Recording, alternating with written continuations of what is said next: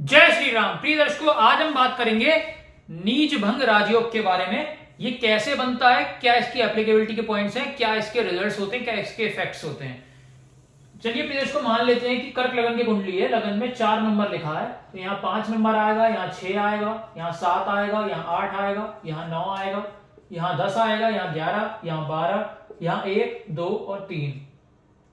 अब नीच भंग राजयोग बनता कैसे है, इसके 4-5 एप्लीकेबिलिटी के पॉइंट्स होते हैं, आप ये नोट कर सकते हैं। सपोज करिए कि आपकी कुंडली में चंद्रमा यहां प्लेस्ड हो, चंद्रमा आपका नीच राशि में प्लेस्ड हो, तो नीच भंग राजयोग कब बनेगा। चंद्रमा वृश्चिक राशि में नीच राशि का होता है। नीच भंग राजयोग बनने के कई सारे पॉइंट्स होते हैं। सबसे पहला तो पॉइंट ये है कि जिस राशि में ग्रह नीच का हुआ है उसका स्वामी अगर उसके साथ बैठ जाए तो नीच भंग राजयोग बनता है।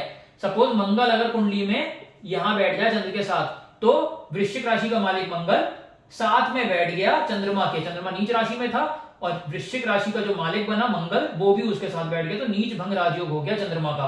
अब चंद्रमा अपनी दशा में नीचता के फल नहीं देगा, वो अच्छे रिजल्ट देगा क्योंकि उसकी नीचता भंग हो चुकी है।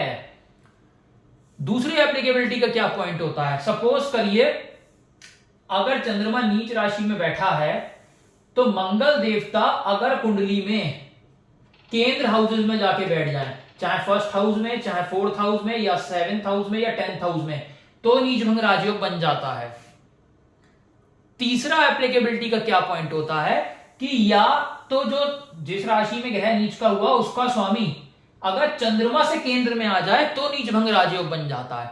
जैसे कि चंद्रमा से अगर मंगल 4 घरों की दूरी पे बैठ जाए, 7 घरों की दूरी पे बैठ जाए, 10 घरों की दूरी पे बैठ जाए, या उसके साथ बैठ जाए, तो भी नीच भंग राजयोग बन जाता है। इसके अलावा और क्या एप्लीकेबिलिटी के पॉइंट्स होते हैं, इसके अलावा एप्लीकेबिलिटी के ये पॉइंट्स होते हैं कि चंद्रमा जिस राशि में नीच का हुआ उसका मालिक जो हुआ, जो ग्रह नीच राशि में बैठा है उसका मालिक जो बना, जैसे कि इसमें चंद्रमा वृश्चिक राशि में बैठा है, तो वृश्चिक राशि का मालिक मंगल अगर उच्च राशि में जाके बैठ जाए तो भी नीच भंग राजयोग बनता है। मंगल चंद्रमा के बुरे प्रभाव को शांत करेगा और चंद्रमा अच्छे रिजल्ट्स देने लगेगा। और क्या एप्लीकेबिलिटी के पॉइंट्स होते हैं, एप्लीकेबिलिटी के और ये लास्ट पॉइंट होता है कि चंद्रमा जिस राशि में नीच का बैठा है वो जिस राशि में उच्च का होगा, जैसे कि चंद्रमा वृश्चिक राशि में नीच का होता है, तो चंद्रमा उच्च का किस राशि में होगा, टॉरस में। तो टॉरस का जो मालिक है शुक्र, अगर वो उच्च राशि में बैठ जाए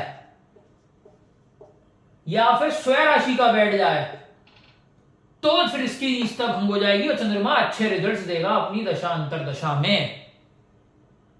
इसके बाद एक लास्ट एप्लीकेबिलिटी का पॉइंट यह होता है जो कोई एस्ट्रोलॉजर नहीं जानता है कि अगर परिवर्तन योग में ग्रह आ जाए तो भी नीच भंग राजयोग बनता है। जैसे कि सपोज करिए कि गुरु यहां पे प्लेस्ड हो, मकर राशि के गुरु प्लेस्ड हो, आप 1997 में बॉर्न हो गए फॉर एग्जांपल, जब गुरु नीच राशि के थे, तो गुरु आपके नीच राशि में आ गए। अब अगर गुरु शनि की राशि में बैठे हैं तो शनि अगर गुरु की राशि में आके बैठ गए यहां पे, तो भी परिवर्तन राजयोग से एक दूसरे को बल मिलेगा और यहां गुरु की नीचता भंग हो जाएगी।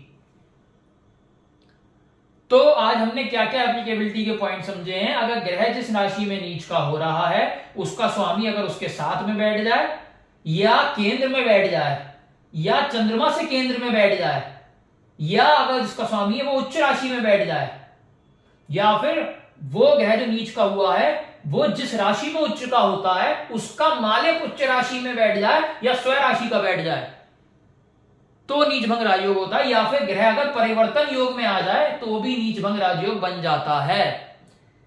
एक आध और एग्जांपल से समझ लेते हैं। सपोज करिए कि शुक्र अगर यहां बैठे हैं नीच राशि के कन्या राशि में, तो बुध अगर यहां पे आके साथ में बैठ गए उसके मालिक, तो नीचता भंग हो जाएगी। बुध अगर केंद्र में जाके बैठ गए इन घरों में तो नीचता भंग हो जाएगी। बुध अगर शुक्र से केंद्र में आ गए इस हाउस में, या फिर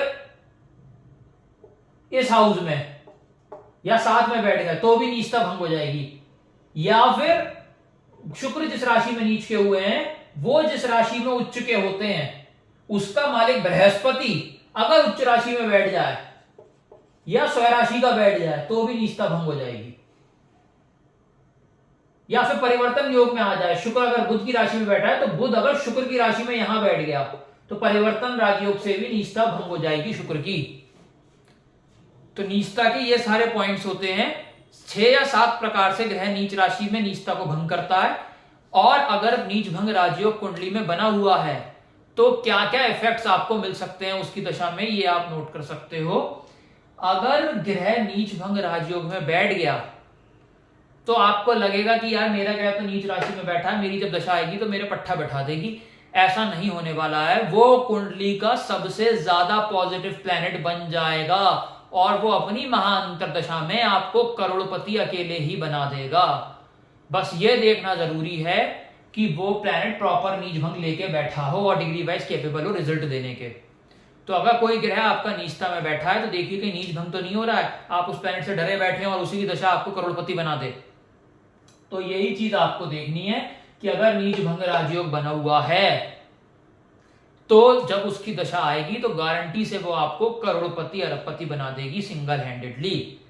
तो प्रिय दर्शकों, अगर वीडियो अच्छा लगा हो तो लाइक जरूर कीजिएगा। अगर आप इस चैनल पे नए हैं तो नीचे सब्सक्राइब बटन दबाकर सब्सक्राइब करें। मुझसे और इसको पेनलाइज करवाना चाहते हैं, मेरा कॉन्टैक्ट नंबर डिस्क्रिप्शन में रखा है, उसी नंबर पे आप मुझे व्हाट्सएप भी कर सकते हैं। धन्यवाद।